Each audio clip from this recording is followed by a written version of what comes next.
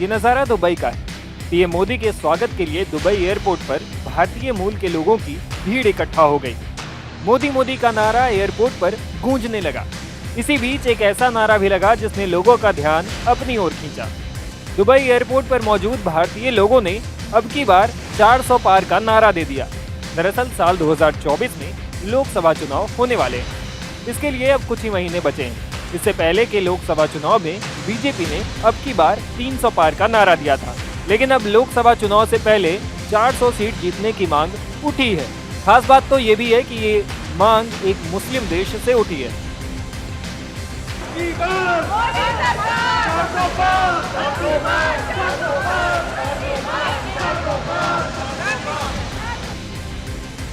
बता दें कि पीएम मोदी 2 दिनों के यूएई दौरे पर हैं। वो गुरुवार की देर रात दुबई पहुंचे।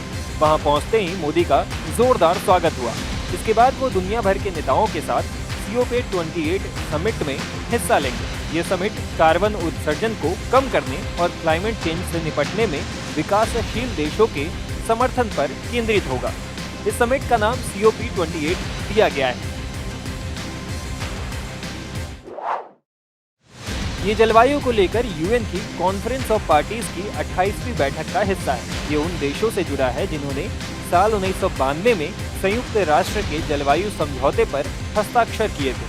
कॉन्फ्रेंस ऑफ पार्टीज की ये बैठक हर साल होती है और इस बार इसे दुबई में आयोजित किया गया है। ये इस कड़ी की 28वीं बैठक है, इसलिए इसे COP28 नाम दिया गया है। ऐसी उम्मीद है कि इस बैठक के दौरान धरती के तापमान में बढ़ोतरी को 1.5 डिग्री सेल्सियस तक सीमित रखने के दीर्घकालिक लक्ष्य की योजना बनाई जाएगी। इससे पहले साल 2015 में पेरिस में हुए समझौते में लगभग 200 देशों के बीच इसे लेकर सहमति बनी थी।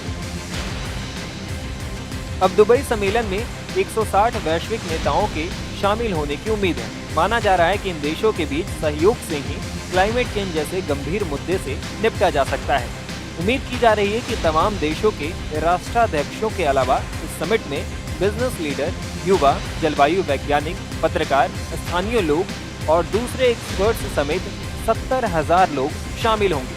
पीएम मोदी शुक्रवार को United Nations conference of the parties on climate यानी COP28 के दौरान वर्ल्ड क्लाइमेट एक्शन समिट में हिस्सा लेंगे। इस समिट में दुनिया भर के कई नेता शिरकत करेंगे। इस दौरान ग्रीन हाउस गैस उत्सर्जन को कम करने के तरीकों पर चर्चा की जाएगी। टाइम्स नाउ भारत डिजिटल की रिपोर्ट।